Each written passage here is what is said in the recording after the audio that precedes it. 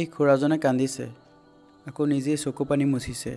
এইপিনে এই ককাজনেও কান্দিছে, নাতিনীয়েক আৰু তেওঁলোকৰ পৰিয়ালৰ এজন দুজন লোক সাত সমুদ্ৰ পাৰ কৰি আজি মক্কা চহৰলৈ উমৰা হজ কৰিবলৈ যাবলৈ ওলাইছে। বলক ভিডিঅ'টো প্ৰথমৰ পৰা আৰম্ভ কৰোঁ। আসসালামু আলাইকুম। আজি ভিডিঅ'টো বহুতেই স্পেচিয়েল হ'বলৈ গৈ আছে আৰু কাৰণ আজি মই বৰ্তমান ৰেডি হৈ উপস্থিত আছোঁ নগাঁৱতে আৰু নগাঁৱৰ মৰংগীয়ালৰ পৰা মই আজি যাবলৈ ওলাইছোঁ গুৱাহাটী আৰু মই অকলে যোৱা নাই। আজি আপোনালোকক দেখুৱাম হজ যাত্ৰী ওলাইছে, হজ যাত্ৰীৰ লগত ময়ো গুৱাহাটীলৈকে গৈ আছোঁ আৰু হজলৈ যোৱা আমাৰ ইছলাম ধৰ্মৰ লোকসকলৰ এটা হেঁপাহ সপোন থাকে। তো আজি বহুতৰে সপোন থাকে হজলৈ যোৱা। তো হজলৈ যাবৰ কাৰণে কেনেকৈ কি প্ৰস্তুতি কৰিব লাগে আৰু কিমান সহজ সকলো কথা আজিৰ ভিডিঅ'টোত গম পাব। চ' বলক আজি ভিডিঅ'টো ষ্টাৰ্ট কৰোঁ আৰু এতিয়া আমি গৈ আছোঁ গুৱাহাটীলৈ। গুৱাহাটী যোৱাৰ পিছত আপোনালোকক লগ পাই আছোঁ। গাঁৱৰ বিশিষ্ট লোকসকল একেলগ হৈ পিনে আল্লাহ ওচৰত প্ৰাৰ্থনা কৰি আজি আমাৰ এই যাত্ৰা ইয়াৰ পৰা আৰম্ভ হৈছে।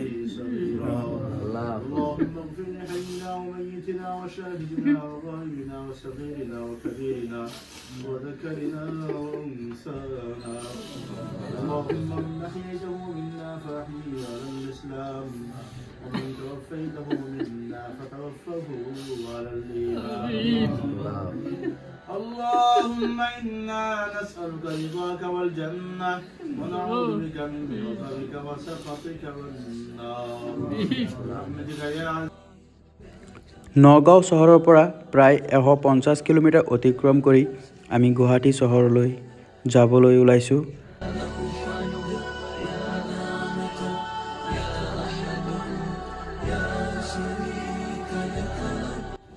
সন্ধিয়া 5 বজাত গুৱাহাটী গোপীনাথ বৰদলৈ এয়াৰপৰ্টৰ পৰা আজি তেওঁলোকৰ মুম্বাইলৈ ফ্লাইট আছে আৰু সেই ফ্লাইটেৰে তেওঁলোক যাব মুম্বাইলৈ।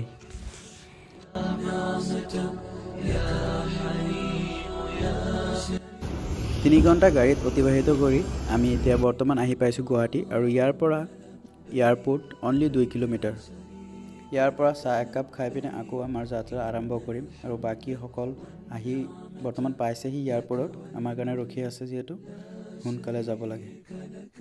আপোনাৰ যদি উমৰা হজ বা হজলৈ যোৱাৰ সপোন আছে তেনেহ'লে আপোনালোকে যোগাযোগ কৰিব পাৰে মৌলানা জিয়াবুৰ ৰহমানৰ লগত। তো আমি এতিয়া আহি পাইছোঁহি গোপীনাথ বৰদলৈ এয়াৰপৰ্টত আৰু এয়াৰপৰ্টত দেখা পাইছে যে কিমান মানুহৰ ভিৰ হৈ আছে। সকলো ইতিমধ্যে আহি উপস্থিত হৈছেহি আৰু পোনপ্ৰথমে আমি সকলোকে নিজৰ নিজৰ আই কাৰ্ডটো ভগাই দিবলৈ চেষ্টা কৰিম। ইয়াৰ পিছত আজি হজ যাত্ৰীসকল মৌলানা জিয়াবুৰ ৰহমান ট্ৰেভেলছৰ জৰিয়তে তেওঁলোক গৈ আছে আৰু আপোনালোকে যদি যাব বিচাৰে তেনেহ'লে ডিছক্ৰিপশ্যনত তেওঁৰ কণ্টেক্ট নাম্বাৰ আছে আৰু কেনেকৈ যাব লাগে কি কি কৰিব লাগে সম্পূৰ্ণ কথা তেওঁ বুজাই দিব। মই এই ভিডিঅ'টোৰ জৰিয়তে যিমানখিনি পাৰোঁ আজি বুজাবলৈ আপোনালোকক চেষ্টা কৰি আছোঁ।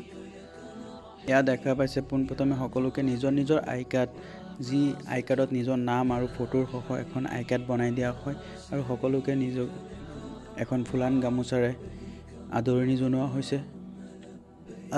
আজি 5টা বজাত তেওঁলোকৰ ফ্লাইট আছে গুৱাহাটীৰ পৰা মুম্বাইলৈকে আৰু মুম্বাইৰ পৰা তেওঁলোক যাব জাদ্দা মদিনা চহৰলৈকে আৰু তাতে তেওঁলোকে মদিনা আৰু মক্কা ভ্ৰমণ কৰিব। সকলোকে ফুলান গামোচাৰে আদৰণি জনোৱা হৈ আছে। এইখিনিতে হজ যাত্ৰীসকল কেনেকৈ যাব লাগে কি কৰিব লাগে সম্পূৰ্ণ কথা এতিয়া মৌলানা জিয়াবুৰ ৰহমানে বুজাই দি আছে। আপুনিও শুনক কেনেকৈ কি কৰিব লাগে সম্পূৰ্ণ প্ৰচেছখিনি। এটা কথা আপোনালোকে মনত ৰাখিব, আমি এতিয়া বহুত ডাঙৰ এটা সফৰত গৈ আছোঁ। বহুত দীঘলীয়া সফৰ হয় আৰু বহুত লম্বা জাৰ্ণিং হয়। এই জাৰ্ণিঙত প্ৰত্যেকৰ এই বস্তুকেইটা আপোনালোকে নিজে নিজে ছেফটি ৰাখিব। ক'ৰবাত হেৰাই গ'লে আপোনালোকে দায়ী নিজৰ, কাৰণ বস্তু এটা আপোনালোক আকৌ তাৰ পৰা বনাই আহিব লাগিব আৰু বহুত কষ্ট হ'ব পাৰে। এনেকুৱা হ'ব পাৰে টিকট আপোনালোকে কেঞ্চেল হৈ যাব পাৰে। সেইকাৰণে পাছপোৰ্টখন আৰু ভিজাৰ টিকেটখন আপোনালোকে গোটেই চবেই মানে ভাল কৰি হিফাজত ৰাখিব। আমি এটা বেগ দিম, এই বেগত আপোনালোকে ভৰাই ৰাখিব। 1 নম্বৰ কথা। 2 নম্বৰ কথা, এতিয়া আমি গুৱাহাটীৰ পৰা আমি যাম দিল্লী, মুম্বাই যাম। মুম্বাইৰ পৰা আমাৰ ফ্লাইট হ'ব ইনশাল্লাহ। মই লগত থাকিম, আপোনালোক তাত কি কি কৰিব লাগে মই আপোনালোক কৈ দিম। এটা কথা আছে, যেতিয়া আমি সফৰত গৈ আছোঁ, হজত গৈ আছোঁ, আমি কোনো জায়গাতে অস্থিৰ নহওঁ। যেনেকুৱা হজৰ কাম আমাৰ কৰিব লাগে সুকলমে ইনশাল্লাহ মই সকলো জায়গাত ঘাট দিম, ঘাট দি আপোনালোকৰ লগত কামটো কৰাব চেষ্টা কৰিম। তে সেইকাৰণে আপোনালোকে কথাখিনি ভাল কৰি শুনি যাব লাগিব, কাৰণ আমি তাত 22 দিন থাকিম। 22 দিনৰ কথা ইয়াত 10 মিনিট আমাক মানে ক'ব লাগিব। 1 নম্বৰ কথা হ'ল আমি ইয়াৰ পৰা মুম্বাই যাম। মুম্বাইৰ পৰা ৰাতি 2:30 বজাত আমাৰ ফ্লাইট আছে। তাৰ পৰা আমি য'ত নামিম আমি তাত গৈ আমি এহৰাম পিন্ধিম, তাত গৈ উমৰা নিয়াত কৰিম। উমৰা নিয়াত কৰি মুম্বাই যোৱাৰ পিছত মুম্বাইত টিকেট চাব, পাছপোৰ্ট চাব, তাত ফিংগাৰ প্ৰিণ্ট হ'ব, তাত পাছপোৰ্টত ছিল মাৰিব। তাত অকণমান 2-2.5 ঘণ্টা সময় লাগিব আমাৰ। চবেই জাগা জাগাই পাছপোৰ্ট আমাৰ পৰা পাছপোৰ্ট মানুহে নিব, চাবলৈ ছিল মাৰিব। য'ত ক'তো আমি পাছপোৰ্ট থৈ নাযাওঁ, এইটো আমাৰ ডকুমেণ্টছ হয়। কাৰণ পাছপোৰ্ট বহুতে পাছপোৰ্ট থৈ যাগৈ পিছত প্ৰব্লেম হৈ যায়। পাছপোৰ্ট কোনো ক'তো থৈ নাযাব। যেতিয়া আমি মক্কাত যাম, মক্কাত জিদ্দাৰ পৰা মক্কা যাম, গাড়ীতো পাছপোৰ্ট খুজিব। এনেকুৱা পাছপোৰ্ট লৈ যাব। পাছপোৰ্টখন আপোনালোকে নমাৰ আগত পাছপোৰ্টখন লৈ ল'ব চবেই। কোনোবাই যদি পাহৰি যায় লগে লগে কোনোবাই সুধি ল'ব যে পাছপোৰ্ট লৈছে নে নাই, 1 নম্বৰ কথা। 2 নম্বৰ কথা, কোনোবাই ভাই ভনী গৈ আছে আমাৰ 2জন, আৰু কোনোবাই মানে তেখেতে মাক লৈ গৈ আছে, এজনে তেখেতৰ ঘৈণীয়েকক লৈ গৈ আছে। এনেকুৱা আপোনালোকে নকৰিব যে 2জনৰ পাছপোৰ্টটো একেলগে ৰাখক। আপোনাৰতো ঘৈণীয়েকৰ লগত, মাকৰটো মাকৰ লগত, পিতেকৰ লগত, ভাইটো ভাইৰ লগত, ভনীটো ভনীৰ লগত। কাৰণ একেলগে ৰাখিলে ক'ৰবাত যদি হেৰাই যায় প্ৰব্লেম হৈ যাব। সেইকাৰণে যাৰ যিৰ পাছপোৰ্ট, যাৰ যিৰ ডকুমেণ্ট, যাৰ যিৰ লগত ৰাখিব। আল্লাহ নকৰক ক'ৰবাত হেৰাই গ'লে এই পাছপোৰ্টে আমাক উদ্ধাৰ কৰিব, এই ডকুমেণ্টছ আমাৰ উদ্ধাৰ কৰি আমাক একলগ কৰিব। যদি কোনো লগত একো নাথাকে তে আমি উদ্ধাৰ হোৱাটো আমাৰ কাৰণে বহুত প্ৰব্লেম হৈ যাব। সেইকাৰণে যাৰ যি ডকুমেণ্ট, যাৰ যি লগত ৰাখিব। ইনশাল্লাহ মক্কা মদিনাত যোৱাৰ পিছত মানুহ তাত গৈ অস্থিৰ হৈ যায়, তাত গৈ মানুহে কাজিয়া কাজকাল কৰে।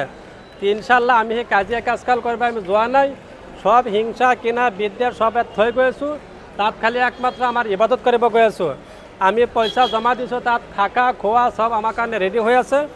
অনলি আমি ইবাদত কৰিম, টাইমে টাইমে খামগৈ। 3 টাইমে খোৱা দিব, তাত ছাদ লেখা থাকিব। ৰাতিপুৱা ইমান সময়ত ব্ৰেকফাষ্ট, দুপৰীয়া আছে আহাৰ, ৰাতি আহাৰ, এই 3 টাইম খোৱা দিব। সেই খোৱাত এটা থাকিব, আমাৰ ছাদ থাকিব, ছাদ চাই আমি আহিব লাগিব। যদি ছাদত যদি 9টাৰ পৰা 10টা, 8 ৰাতি খানা দিব, 8টাৰ পৰা 10টালৈকে। যদি কোনোবা 11টাত যায় তে খানা নিদিব। আৰু ৰাতিপুৱা যদি লাগে 7টাৰ পৰা 9টালৈকে নাস্তা দিব। যদি 10টাত গৈ নাস্তা খোজে তে নাস্তা নাপাব। তো সেইকাৰণে চবেই টাইমলি টাইম নাস্তা খোৱাটো চেষ্টা কৰিব। কাৰণ তাত পুলিচ সদায় ঘূৰি থাকে। 1 টাইমত নাস্তা আৰু 1 টাইমে খাব নোৱাৰে। ৰাতিপুৱাৰ নাস্তা দুপৰীয়া খাব নোৱাৰে, দুপৰীয়াৰ আহাৰ ৰাতি দিব নোৱাৰে। আৰু ঘৰত যেতিয়া আমি খাওঁ সব মিলি খাওঁ, কেতিয়াবা গোছ খাওঁ, কেতিয়াবা মাছ খাওঁ, কেতিয়াবা দালি ভাজি খাওঁ। তাত আপোনাৰ সব থাকিব, দালি ভাজি গোছ মাংস সব থাকিব, বিৰিয়ানী, ভাত, পোলাও, ৰুটি সব থাকিব। যাৰ যোনটো মন লয় নিজে নিজে লৈ খাব। তাত খোৱাৰ সময়ত কোনোজনে বস্তু মানে নষ্ট নকৰিব, কাৰণ আল্লাহ নবীৰ দেশ হয়। কাৰণ তাত মানে নিজে লৈ খাব লাগিব। কোনোবাই খাব পাৰে অকণ বেছি লৈ পেলাই দিয়ে, এইটো নকৰিব কোনো। নিজে লৈ যাৰ যোনটো মন গৈছে, পোলাও খালে পোলাও, বিৰিয়ানী খালে বিৰিয়ানী, সাদা ভাত খালে সাদা ভাত, কোনো মন গ'লে ৰুটি খাব, ৰুটি আছে তাত। চাহ কফি চুগাৰ ফ্ৰী সব আছে। যিটো যাৰ যোনটো মন যায় সেইটো লৈ খাব নিজে। ইনশাল্লাহ আমি সকলো কামখিনি সকলো কৰিম ইনশাল্লাহ। জি আল্লাহ তাআলা। আৰু যদি কোনোবাই পইচা এক্সচেঞ্জ কৰে, বহুত দালাল থাকে, দালাল চক্ৰত নপৰিব। যিহেতু আমি লগত গৈ আছোঁ, পইচা আমাৰ তাত আছে, কাৰ কিমান লাগে মোৰ পৰা পইচা ল'ব পাৰিব। মই সেইখিনি পইচা আপোনাক গোটাই দিম ইনশাল্লাহ। আপোনালোক দোৱা কৰিব ইনশাল্লাহ, আমাক যে আল্লাহ পাকে সুকলমে আহিব পাৰিব।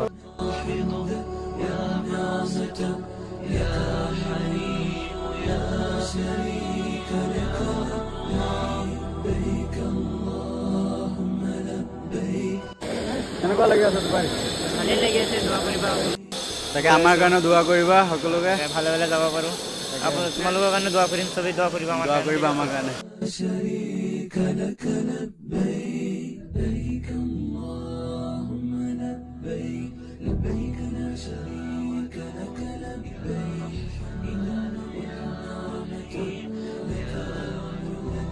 আপুনি যদি ভাবিছে হজলৈ যাবৰ বাবে কিমান টকাৰ প্ৰয়োজন হয় তেনেহ'লে মই থুলমূলকৈ ক'ব পাৰোঁ যে এইটো আপোনাৰ ওপৰত মানে কথা আপুনি কিমান দিনৰ কাৰণে যায় 20 দিন বা 15 দিন যদি আপুনি 15 দিনৰ কাৰণে যায় কমচে কম আপোনাৰ 85,000 টকাটো প্ৰয়োজন আৰু যদি আপুনি 20 দিনৰ কাৰণে যায় তেনেহ'লে 95,000 এনেকুৱা টকা আপোনাৰ প্ৰয়োজন হ'ব পাৰে বাকি আপুনি ইয়াতকৈ বেছি ডিটেইলছত জানিব বিচাৰে যদি তেনেহ'লে কণ্টেক্ট কৰিব আমাৰ লগত এনেকৈ অসমৰ পৰা ওলাই গ'ল 8জন হজ যাত্ৰী আপোনালোকে দোৱা কৰিব তেওঁলোকলৈ যাতে ভালে ভালে আকৌ পুনৰ অসমলৈ উভতি আহে আৰু আমাৰ কাৰণেও তেওঁলোকে যাতে দোৱা কৰে তো আপোনালোকে জিয়াবুৰ ৰহমান ট্ৰেভেলছ মৌলানা জিয়াবুৰ ৰহমান ট্ৰেভেলছক কণ্টেক্ট কৰিব পাৰে সকলোখিনি কাম ইহঁতে কৰি দিব বাকি হোটেলৰ পৰা খোৱাৰ পৰা অহা যোৱাৰ পৰা আপোনাৰ একো চিন্তাই কৰিব নালাগে ইহঁত গুচি গ'ল ভিডিঅ' ভাল লাগিলে লাইক কমেণ্ট ছাবস্ক্ৰাইব যদি কৰা নাই কৰি দিব বাকি আমাৰ গাড়ী ৰেডি যাওঁগৈ আকৌ